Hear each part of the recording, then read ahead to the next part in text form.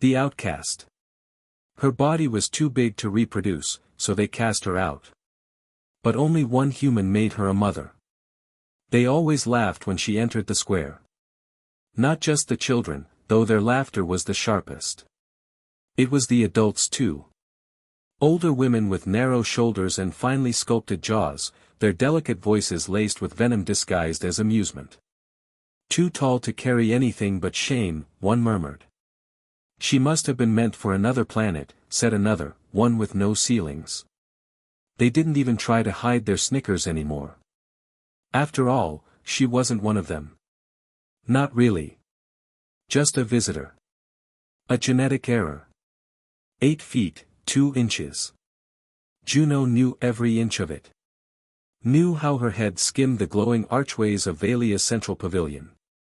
Knew how her hips barely fit between the public transport rows, knew how her hands, her long-fingered, calloused, unpretty hands, curled protectively around her pack, not because she was afraid, but because the stairs made her feel like a zoo exhibit. "Look," a child whispered, tugging at its mother's sleeve. "Is she broken?" The woman didn't answer. She just smiled, pitying and cold. "She's human," she said gently. "They don't build them right." Juno kept walking. Her boots echoed too loudly on the biostone. Even the ground seemed to betray her, unable to carry her weight without broadcasting it. The thud, thud, thud of her steps felt like a punishment. She ducked beneath the lattice arch again, the same one she'd hit her forehead on her first week here. The scar had healed, but she still flinched at the memory.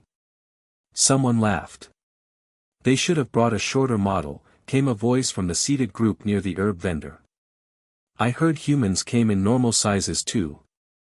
"She's not unwell," another voice said in the same breathless tone people used when trying not to sound cruel and failing. "Just unparable." And there it was again, that word. Unparable. They didn't mean romantically. Not here, not on Velia. They meant biologically. She couldn't carry. She was, by all official measurements, an empty shell. Juno's reproductive lattice didn't respond to the pairing protocol used by the Veleran match matrices. It was the first thing they scanned upon her arrival, before they even showed her where the bathing quarters were. No sync activity, no fertility resonance, no capacity for neural maternal bonding. "She has no frequency," the tech had said, blinking at the results. "No harmonic window," another corrected. In short, her womb did not sing. On Velia, that was everything. It meant her strength, her intelligence, her skills, none of it mattered. Her towering frame, so revered on Earth's athletic circuits, was now a punchline, a malfunction, a burden they were forced to accommodate but never embrace. And still she walked the glittering streets of the alien city every day, enduring the whispers, pretending she didn't hear the wordless apologies in the translator drone's softened tones. Subject Juno of Earth, human female, class Unlin. She hated that title most of all. Unlin, not individual, not diplomatic envoy, just a body they had no use for. She paused on the bridge overlooking the lower terraces. The sun was falling, twin moons casting a pale violet glow across the glowing flora that shimmered along the water's edge. From here, the world looked quiet, beautiful even. But the silence only deepened the ache in her chest.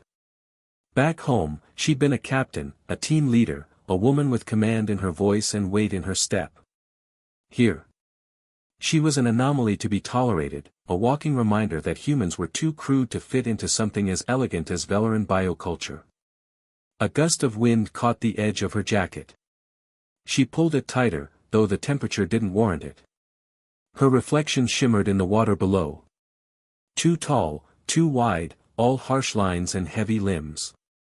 She tried to imagine herself as they saw her, oversized, ungraceful, biologically irrelevant. The grief was quiet, not sharp, not anymore, just a constant background hum, like tinnitus of the soul. The encounter. That evening, she took the long path back to her quarters, past the cliffside gardens, through the edge of the unlit grove where few citizens wandered at night. She liked the silence there. It didn't judge her. She reached the overlook, sat heavily on the stone edge, and let her legs dangle into the dark. Her back hurt, her ankles throbbed. The pack she carried dug into her shoulder blades. She hadn't eaten since morning. She rarely remembered to anymore, but the hunger had dulled into something more manageable than attention. Above her, the stars flickered. Different constellations than Earth.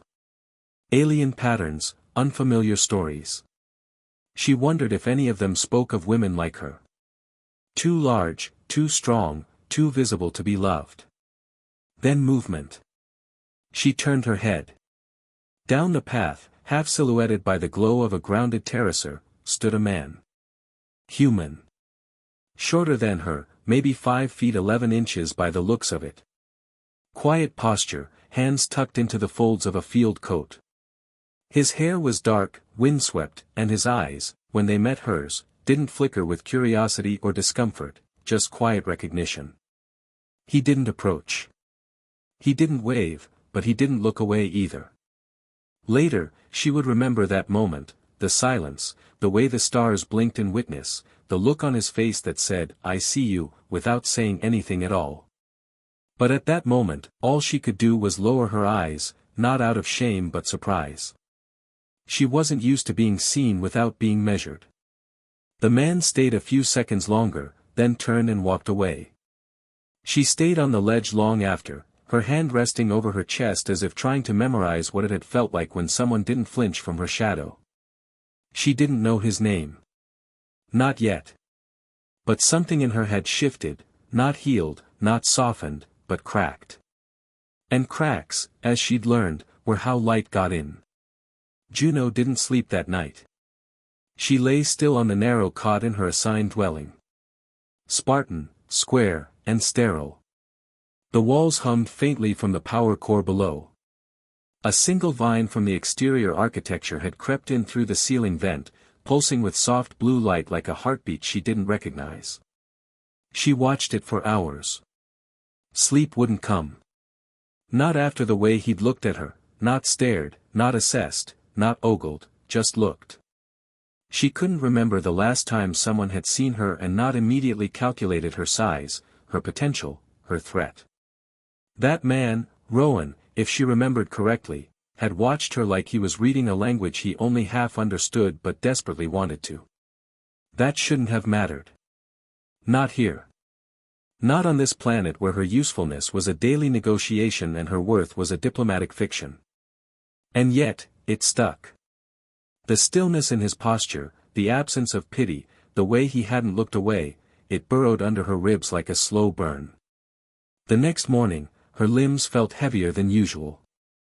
She rolled her shoulder until it cracked. Reached for the hydration unit and swallowed 2 gulps of filtered mineral water. Skipped breakfast again, she wasn't hungry, and pulled on her uniform. Another day of silent irrelevance. She made her way toward the lower quadrant where mineral scanners had malfunctioned overnight. Standard maintenance run. Hands-on, dirty, her kind of work. The corridors were less crowded this early. Fewer eyes, fewer whispers. The stone tiles underfoot were slick with dew condensation. Her boots squeaked once, and she winced. Every sound she made always seemed louder than it should have been. The entrance to the mineral sector was lined with curved obsidian spires, elegant like everything on Velia but unkind in how they forced her to stoop to enter. She ducked, stepped through, and found herself unexpectedly not alone. Rowan was already there. He knelt by the scanner core, elbow deep in the opened housing unit. Tools scattered in orderly precision beside him. He didn't look up when she entered. Juno hesitated. She could leave. She could turn around, request reassignment, pretend this was a misfile. Instead, she cleared her throat. Rowan glanced up, eyes blinking in the soft light. No surprise, no awkward fumble, just that same calm, steady gaze. "Didn't expect help," he said simply. "I didn't know you'd be here," she replied. Silence settled between them.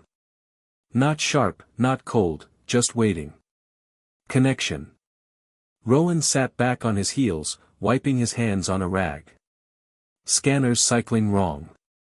BOF feedback loops overloaded. Probably a thermal bridge collapse. She nodded. Can I assist? You know your way around wiring.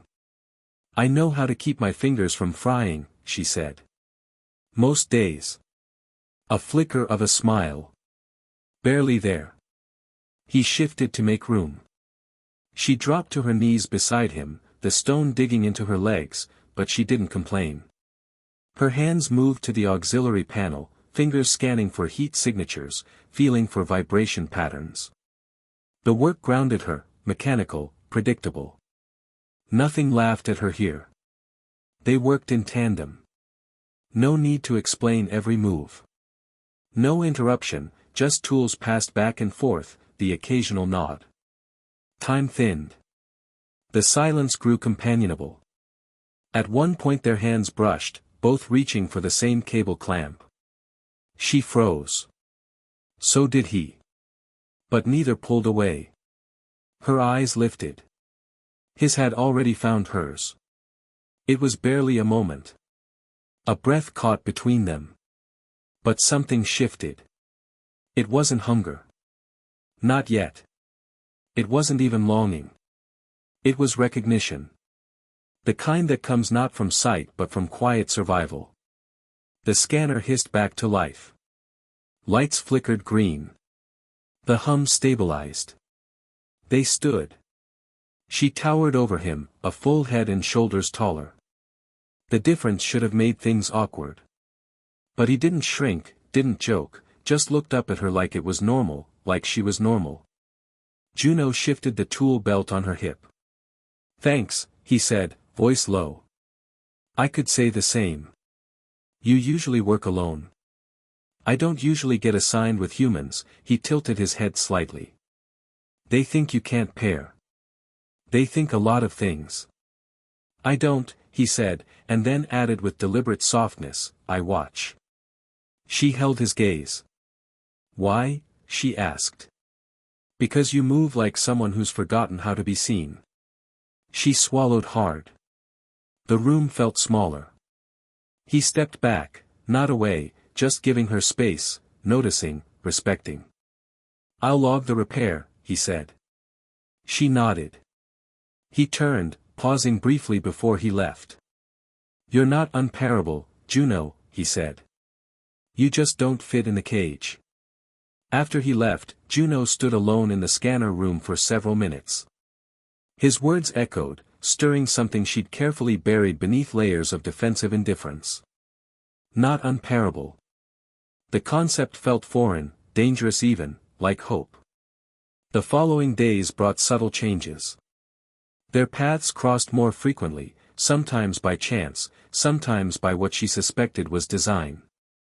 Rowan appeared at the edge of her assigned sectors. He'd nod, sometimes offer a tool she needed before she asked, work alongside her in that same comfortable silence. On the third day, he spoke more than technical instructions. You were an athlete on Earth, he said as they calibrated air filtration units in the eastern sector. She glanced at him, surprised. How did you know? The way you calculate distance. The way you breathe before lifting something heavy. A pause. And I accessed your file. Should I be flattered or concerned? Curious, he said. I was curious. About the circus freak? His hand stilled on the control panel. About the woman who refuses to shrink. Another day, he brought her food, actual Earth food, not the bland protein discs the Velerans provided. Preserved nuts, dried fruit, something that resembled beef jerky but tasted better. She eyed it suspiciously. Contraband? She asked. Requisitioned, he corrected. We're entitled to nutritional compatibility. We. Humans, he said. Too rare to let starve. She ate. For the first time in months, she tasted something other than necessity. Tell me about your team, he said as they shared the meal, perched on a maintenance platform overlooking the city's lower basin. What team? Your command. On Earth. So she told him.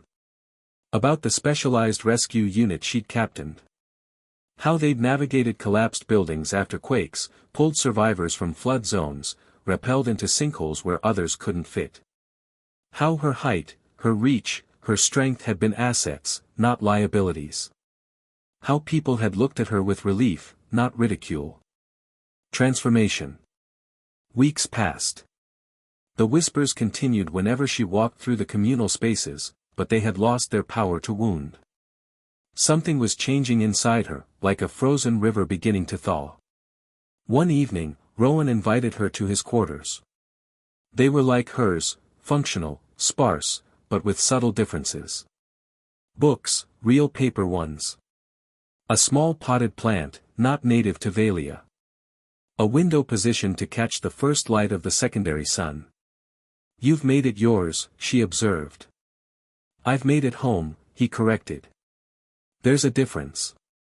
He showed her his collection, artifacts from previous postings, small treasures that held stories. A stone from Mars. A feather-like filament from Europa's oceanic vents. A small, weathered photograph of a woman with his eyes and an older man with his jawline. Family? She asked. Was, he said. The single word carried weight. She nodded, understanding loss without needing details. That night they talked for hours. Not about work or Velia or the constant negotiation of being human in alien spaces. They talked about Earth foods they missed, childhood fears they'd conquered, streams they'd waded in, storms they'd weathered. Normal things. Human things. When she finally rose to leave, the dawn was breaking. Why did you invite me here? She asked at the door. Rowan considered her, his gaze steady. Because cages come in many forms. Some were put in. Some we build ourselves. She returned to her own quarters but found them colder, emptier than before. The contrast was painful. How long had she lived like this, existing but not living, breathing but not being? The next day, everything changed. A severe quake struck the western quadrant of the city. Not uncommon on Velia, with its shifting tectonic configuration, but this one was stronger than most. Alerts blared through the communication systems. Evacuation protocols engaged. Juno was in the central hub when it happened. She felt the tremor before the alarm sounded, that familiar rumble, the subtle shift in air pressure. Her body remembered what to do before her mind caught up. Reports flooded in. Structural damage in the western residential complex. A collapsed passageway. Trapped citizens. The Veleran emergency responders mobilized, but their slight builds limited what they could do in the debris field. Juno didn't hesitate. She moved against the flow of evacuees, heading toward the damage zone. She heard someone calling her name, Rowan, running to catch up. The western passage collapsed, he said, breathing hard. 3 juveniles trapped in an air pocket. The gap's too narrow for the responders. But not for me, she said, understanding immediately. Not for your reach, he confirmed. I've already told them. Together they pushed through to the western quadrant. The scene was controlled chaos, Veleran responders in gleaming protective gear, scanning equipment, hovering medical units. At the center, a pile of twisted biometal and crumbled stone where a passageway had been. The lead responder approached, looking up at Juno with none of the usual disdain, just desperate calculation. 3 juveniles, they said. Life signs stable but failing. The gap measures 42 centimeters at its widest point. Our personnel cannot. Show me, Juno interrupted. They led her to the edge of the collapse. A narrow fissure was visible, barely wide enough for a child to pass through, let alone an adult. But Juno saw it differently. She saw angles, leverage points, the path of least resistance. She began stripping off her outer gear, keeping only the basics. Stabilization rods, she instructed. And a comm unit. Equipment appeared beside her. Rowan was there, helping her prepare. "I'll guide from here," he said. "The structure's unstable above the 5th quadrant." She nodded. Their eyes met briefly. No words needed. The crowd of Velerans watched, murmuring, as Juno approached the gap. She was no longer too big, too awkward, too human. She was exactly what they needed, strong, tall, with arms long enough to reach where others couldn't. "I'm going in," she said, and without waiting for acknowledgement, she began to ease her body into the narrow passage. Redemption. The passage was tight, painfully so. Jagged edges scraped her skin. Dust filled her lungs. But Juno pressed forward, body remembering the mechanics of confined space rescue. One arm extended, then shoulder, then the twist of torso that let her slip through where the gap narrowed. "Life signs stronger," came Rowan's voice through the calm 3 meters ahead, slight left. She followed his guidance, pushing deeper into the collapsed structure. The darkness was nearly complete, broken only by the faint glow of emergency biolights embedded in the walls. "I see them," she called back. 3 small forms huddled in a pocket of safety where the ceiling had partially held. Young Velerans, no more than the equivalent of 8 Earth years. Their luminescent eyes widened at the sight of her, this giant human crawling toward them through the rubble. "It's okay," she said, though she wasn't sure the translator was working. "I'm here to help." The smallest one trembled. The other 2 pressed closer to it. "I need to get you out," she continued, making her movements slow, deliberate. "You'll have to trust me." She reached out her hand. For a moment, no one moved. Then the tallest of the 3 stepped forward, placing a 6-fingered hand in hers. The others followed. Getting them out was harder than getting in. The passage had shifted, narrowing in places.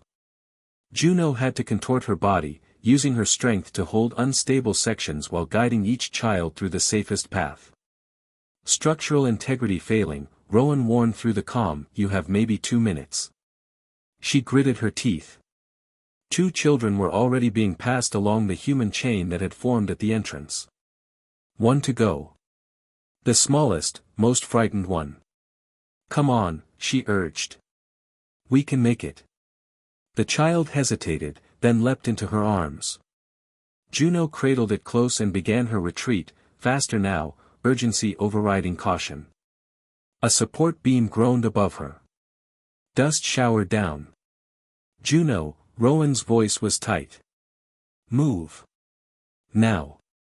She pushed the child ahead of her toward waiting hands, then began to pull herself through the final section. Too late. The passage collapsed in a roar of sound and pressure. Pain exploded in her leg as something heavy pinned it down. Darkness. Silence. Then Rowan's voice, desperate now. "Juno. Report." She coughed. "Trapped. Legs pinned. The kid. Safe. All 3 safe.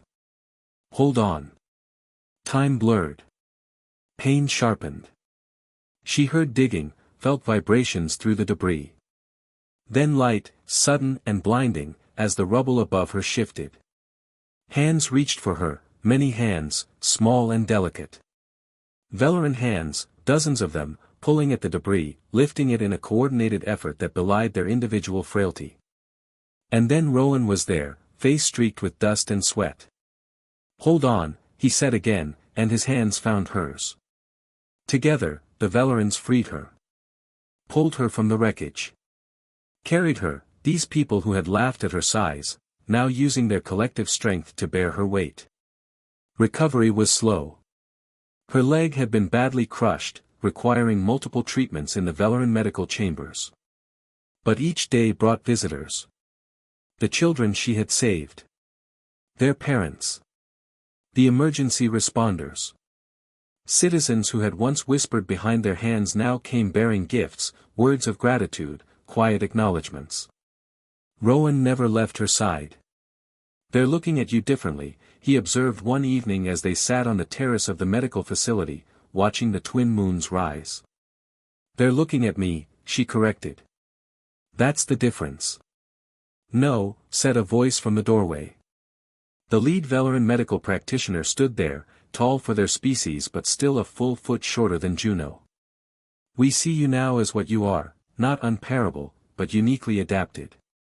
The practitioner approached, holding a small, glowing orb. "This is for you," they said, placing it in Juno's palm. "A frequency crystal. It symbolizes harmony found in difference." After the practitioner left, Juno studied the crystal. It pulsed with inner light, not steady but syncopated, like a heart finding its rhythm. "What does it mean?" she asked. Rowan's hand covered hers, warm against the crystal's cool surface. "It means they've accepted you into the community. Not as a diplomat, not as a worker, as a person." "As human," she murmured. "As Juno," he corrected. 3 months later, she stood again on the bridge overlooking the lower terraces. Her leg had healed, though she walked with a subtle limp that might never fade. Beside her stood Rowan, now officially her partner in both work and life. Below them, in the central square where she had once endured whispers and stares, a group of Veleran children played a new game, one that involved stretching their arms as high as possible, standing on tiptoes, trying to touch the sky. "They're playing human," Rowan said, amused. Juno laughed, the sound no longer strange to her ears. "They'll never reach." "That's not the point," he replied. "The point is they're trying to see the world from up here." His hand found hers. "From where you see it." Later that night, they received a transmission from Earth Command. New assignment offers for them both. Posts on other worlds where human representatives were needed. Places where Juno's unique abilities would be valued, not mocked. "Will you go?" Rowan asked as they lay together in the dwelling they now shared, a space adapted for her height, decorated with treasures from his collection and new ones they'd found together. Juno considered the crystal on their bedside table, its pulse now synchronized with the subtle biorhythms of their shared home. "No," she said finally. "I think I'm needed here. They're learning from us. And she smiled, "I'm finally learning how to be seen." In the morning, she would walk the same paths, duck under the same archways, feel the same eyes upon her. But now she would walk differently, not as an anomaly, not as an outcast, but as herself. A human. A rescuer. A bridge between worlds. And if her body was too big for their standards, then perhaps their standards had been too small. The end.